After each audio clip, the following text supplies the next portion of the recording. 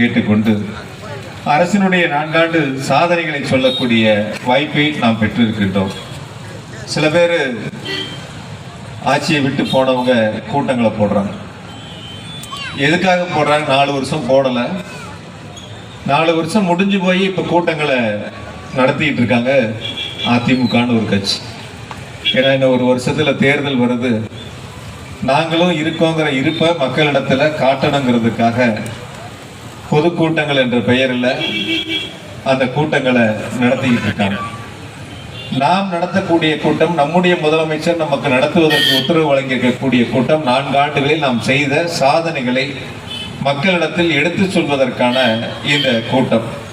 தமிழ்நாடு முழுவதும் 1244 கூட்டங்களை நடத்திட வேண்டும் என்று முதலமைச்சர் அவர்கள் உத்தரவுகளை வழங்கி நம்முடைய கரூர் மாவட்டத்தில் 29 இடங்களில் நம்முடைய சாதனை விளக்க கூட்டங்களை நடத்துவதற்காக தொடங்கி இன்று 4வது நாட்களாக முழுவதுமாக பகுதி கழகங்கள், நகர கழகங்கள், ஒன்றிய கழகங்கள் என அனைத்து பகுதிகளிலும் தொடர்ந்து நம்முடைய சாதனை விளக்க கூட்டங்களை நடத்தி கொண்டிருக்கின்றோம். முதுகிலே குத்திவிட்டது. ஆகவே நான் என்ன செய்வது என்று தெரியாமல் தவித்துக் கொண்டிருக்கிறேன். உள்துறை அமைச்சர் ஒரு தீர்மானத்தை கொண்டு வந்திருக்கிறார். ஒன்றிய அரசாங்கத்திற்கு அதிகாரத்தை தருகிற தீர்மானத்தை கொண்டு வந்திருக்கிறார். அதை ஆதரிக்க வேண்டும் என்று நேரி கேட்ட பிறகு நாடாளுமன்றத்தினுடைய மைய மண்டபத்தில் 4 அடி இமயம் எழுவதைப் போல ஒரு தலைவன் எழுந்து சொன்னான், பண்டித நேரு அவர்களே, கவலைப்படாதீர்கள், கண்ணீர் விடாதீர்கள், கண்ணீரையும் கவலையும் துடைத்துக் கொள்ளுங்கள். உங்களுக்கு பின்னால், இந்தியாவிற்கு பின்னால் ஒரு இயக்கம் இருக்கிறது.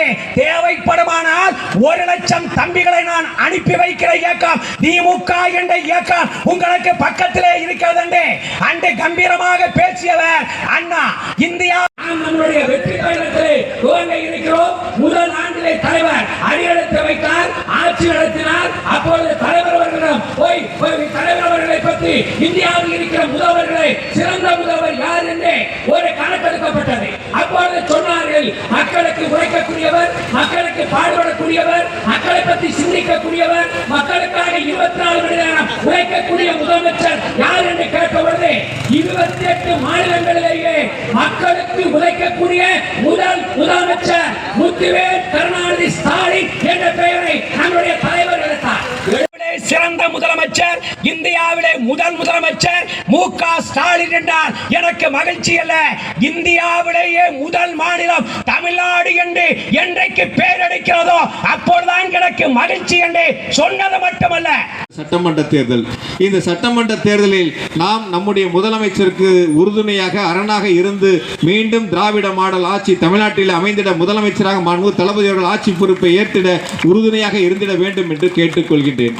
இருக்கக்கூடிய தாய்மார்கள் நிறைய இருக்கீங்க. அக்கா, நம்ம பக்கத்து வீட்டில் 100 ரூபா கடன் கொடுத்துட்டு 29 ரூபாய் கொடுத்தா வாங்கிக்குவோமா? திருப்பி கொடுத்தா வாங்குவோமாக்கா? நம்ம கொடுத்தது 100 ரூபா கடன், அவங்க திருப்பி நம்ம கிட்ட கொடுக்கறது 29 ரூபா. நம்ம என்ன சொல்லுவோம்? கொடுத்தா 100 ரூபாயே கூட இல்லை, வேண்டாம் நீயே வச்சுக்கன்னு சொல்லுவோம்லங்க. தமிழ்நாட்டில் இருக்கக்கூடிய மக்கள் வியர்வை சிந்தி ரத்தம் சிந்தி உழைத்து ஒன்றிய அரசிற்கு, பிஜேபி அரசிற்கு, மோடி அரசிற்கு நாம் 1 ரூபாய் வரி கட்டினால் மத்தியில் இருக்கக்கூடிய ஒன்றியத்தில் இருக்கக்கூடிய அரசு நமக்கு திருப்பி தருவது வெறும் 29 பைசாவை மட்டுமே நமக்கு நிதியாக திருப்பி தருகின்றார்கள். 100 நாள் வேலைக்கு நிதி தருவதில்லை, அதற்கான பணத்தை வழங்குவதில்லை. அதே போல கல்விக்கு வழங்கக்கூடிய 2100 கோடி ரூபாய் நிதிகளை தர மறுக்கின்றார்கள். இந்தியை திணிப்போம் என்ற அந்த உறுதியை இங்கே முன்னெடுக்க முயற்சிக்கின்றார்கள்.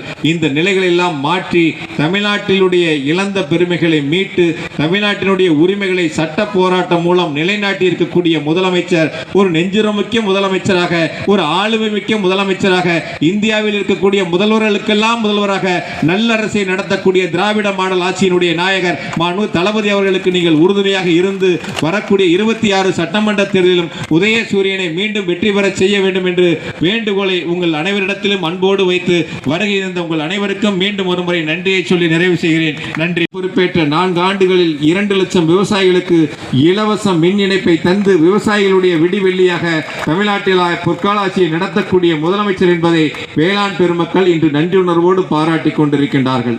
அரசனுடைய திட்டங்களோடு சேர்த்து வேளாண்மைக்கு என்று தனியாக ஒரு நிதிநிலை அறிக்கையை வழங்கியிருக்கக்கூடிய முதலமைச்சர் அந்த நிதிநிலை அறிக்கையின் மூலமாக பல்வேறு சிறப்பு திட்டங்களையும் வேளாண் பெருமக்களுக்காக வளர்ச்சி திட்டங்களையும் தந்திருக்கின்றார்கள். ஒரு அரசு இந்தியாவில் இருக்கக்கூடிய மாநிலங்களில் ஒரு துறைகளில் முதலிடம் வரலாம், அல்லது ஒன்றுக்கு மேற்பட்ட ஒன்று அல்லது இரண்டு துறைகளில் முதலிடம் வரலாம். ஆனால் ஒட்டுமொத்தமாக பெரும்பான்மையான துறைகளில் இந்தியாவிலேயே தமிழ்நாடு தான் முதலிடம் என்ற சிறப்பை உழைப்பால் உயர்த்தி வழங்கியிருக்கக்கூடிய, உழைப்பால் உயர்த்தி காட்டியிருக்கக்கூடிய முதலமைச்சர் மாண்பு தளபதி என்பதை நாம் நினைத்து பார்க்க வேண்டும். பொருளாதார வளர்ச்சியில் இந்தியாவில் தமிழ்நாடு 9.69 விழுக்காடு என்ற ஒரு இமாலய இலக்கை எட்டி இந்தியாவிலேயே தமிழ்நாடு முதலிடம் என்ற ஒரு வரலாற்று சிறப்பை உழைப்பால் உயர்த்தி தந்திருக்கக்கூடிய முதலமைச்சருடைய பொற்கால ஆட்சியில் பல்வேறு துறைகளிலே தமிழ்நாடு முதலிடம் வகிக்கின்றன. அதிலும் குறிப்பாக தொழிற்சாலைகளை பணிபுரியக்கூடிய மகளிர் இந்தியாவில் தமிழ்நாட்டில் தான் அதிகமாக மகளிர் பணிபுரியக்கூடிய முதல் மாநிலம் என்ற வரலாற்று சிறப்பை உருவாக்கி தந்திருக்கக்கூடிய முதலமைச்சருடைய பொற்காலாட்சி என்பதை நாம் நினைத்து பார்க்க வேண்டும். உயர்கல்வியிலே சேரக்கூடிய மாணவ செல்வங்களுடைய எண்ணிக்கையில் தமிழ்நாடு முதலிடம். இப்படி ஒட்டுமொத்த துறைகளிலும் முதலிடம் என்ற இலக்கை நோக்கி செல்லுகின்ற மாண்பு முதலமைச்சர் அவர்கள் இன்னும் பல்வேறு சிறப்பு திட்டங்களை நம்முடைய மாவட்டத்திற்கு தந்திருக்கின்றார்கள். ஒரு புதிய பேருந்து நிலையம் அமைப்பதற்காக 40 கோடி ரூபாய் நிதிகளை தந்திருக்கின்றார். மாதம் 1000 ரூபாய் உரிமை தொகையை மாண்பு முதலமைச்சர்கள் வழங்கி வருகின்றார்கள். சில பேர் நாங்கள் போகின்ற பொழுது எங்களுக்கு அந்த திட்டத்தில் விடுபட்டிருக்கிறது என்று தாய்மார்கள் சொல்லுகின்ற அதையும் முதலமைச்சர் கவனித்து வரக்கூடிய ஜூன் ஜூலை மாதத்தில் அதற்கான மனுக்களை பெற்று விரைவில் அந்த தொகைகளும் விடுபட்டவர்களுக்கு வழங்கப்படும் என்ற உறுதியை சட்டமன்றத்திலே முதலமைச்சர்கள் வழங்கியிருக்கிறார் என்று சொன்னால், ஒவ்வொருவராக பார்த்து அரசு என்ன செய்ய வேண்டும், எந்த திட்டத்தில் அவர்களை பயனாளிகளாக சேர்த்து கொள்ள முடியும், எந்த திட்டத்தில் அவர்களுக்கான நிதிகளை வழங்கிட முடியும் என்ற சிந்தனையோடு ஒவ்வொரு நாளும் சிந்தித்து முதலமைச்சர்கள் சிறப்பு திட்டங்களை செயல்படுத்தி கொண்டிருக்கின்றார்கள். அதே போல அரசு பள்ளியிலே, அரசு உதவி பெறுகின்ற பள்ளியிலே படிக்கக்கூடிய நம்முடைய குழந்தைகள் காலை பள்ளிக்கு செல்கின்ற பொழுது நாம் வேலைக்கு சென்றால் அவசரமாக அந்த குழந்தை காலை உணவை எடுத்துக்கொண்டு பள்ளிக்கு சென்றதா அல்லது உணவில்லாமல் பள்ளிக்கு சென்றதா என்ற கவலை பெற்றோரிடத்தில் இருந்த சூழ்நிலையை மாற்றி காலை உணவு திட்டம் என்ற ஒரு மகத்தான திட்டத்தை முதலமைச்சர்கள் தொடங்கி வைத்து ஏறத்தாழ 35,000 அரசு பள்ளி, அரசு உதவி பெறுகின்ற பள்ளியிலே ஒரு நாளைக்கு சராசரியாக 17 லட்சம் மாணவ செல்வங்கள் பயன்பெறக்கூடிய ஒரு மகத்தான திட்டமாக, உலகத்திற்கே வழிகாட்டக்கூடிய சிறப்பு திட்டமாக காலை உணவு திட்டத்தை தந்திருக்கக்கூடிய முதலமைச்சர் நம்முடைய முதலமைச்சர் மாண்பு தளபதி என்பதை இன்று மாணவ செல்வங்கள் பாராட்டி கொண்டிருக்கின்றார்கள். ஒரு அரசு பொறுப்பேற்று 4 ஆண்டுகளில் 37 கலை மற்றும் அறிவியல் கல்லூரி, 3 அரசு வேளாண்மை கல்லூரி என புதிய கல்லூரிகளை தொடங்கி உயர்கல்வியில் மாணவர்களுடைய எண்ணிக்கையை இந்தியாவிலேயே தமிழ்நாடு முதலிடம் என்ற வரலாற்று சாதனையை உருவாக்கி தந்திருக்கக்கூடிய முதலமைச்சர் மாண்பு தளபதி அவர்கள் அரசு பள்ளியிலே படித்து உயர்கல்விக்கு செல்லக்கூடிய, அரசு உதவி பெறுகின்ற பள்ளியிலே படித்து உயர்கல்விக்கு செல்லக்கூடிய மாணவிகளுக்கு மாதம் 1000 ரூபாய் வழங்கக்கூடிய புதுமை பெண் என்ற ஒரு மகத்தான திட்டத்தை தொடங்கி வைத்து அதன் மூலம் 4,83,000 மாணவிகள் பயன்பெற்று ஏறத்தாழ 721 கோடி ரூபாய் நிதிகளை இந்த திட்டத்தின் மூலமாக முதலமைச்சர் அவர்கள் வழங்கியிருக்கின்றார்கள். சரி, மாணவிகளுக்கு மாதம் 1000 ரூபாய் முதலமைச்சர் வழங்குகிறார் என்று சொன்னால், மாணவர்களுக்கு அதே 1000 ரூபாய் தமிழ் புதல்வன் என்ற மகத்தான திட்டத்தை தொடங்கி வைத்து அதன் மூலம் ஏறத்தாழ 3,80,000 மாணவர்கள் பயன்பெறக்கூடிய சிறப்பு திட்டமாக தமிழ் புதல்வன் திட்டத்தை முதலமைச்சர் அவர்கள் செயல்படுத்தி வருகின்றார்கள்.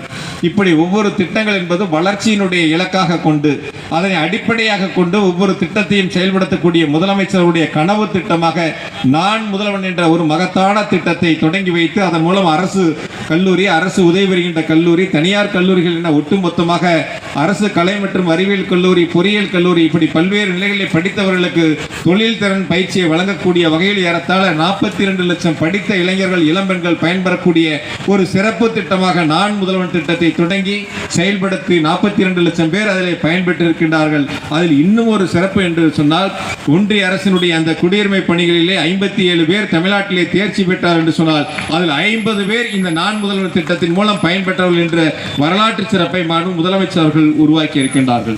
அரசு வேலை வாய்ப்பு ஒரு பக்கம், அதே போல தனியார் துறையிலே வேலை வாய்ப்பு ஒரு பக்கம் என இரண்டையும் ஒரு சேர முன்னெடுக்கின்ற முதலமைச்சர் அவர்கள் இந்த 4 ஆண்டுகளில் 897 புரிந்துணர்வு ஒப்பந்தங்கள் மூலமாக 10,27,000 கோடி முதலீடுகளை ஈர்த்து அதே போல 32 லட்சம் பேருக்கு வேலை வாய்ப்பை உருவாக்கி தந்திருக்கக்கூடிய முதலமைச்சராக தளபதியினுடைய அரசு இந்த 4 ஆண்டுகளில் மக்களுக்கான திட்டங்களை வழங்கி இருக்கின்றன.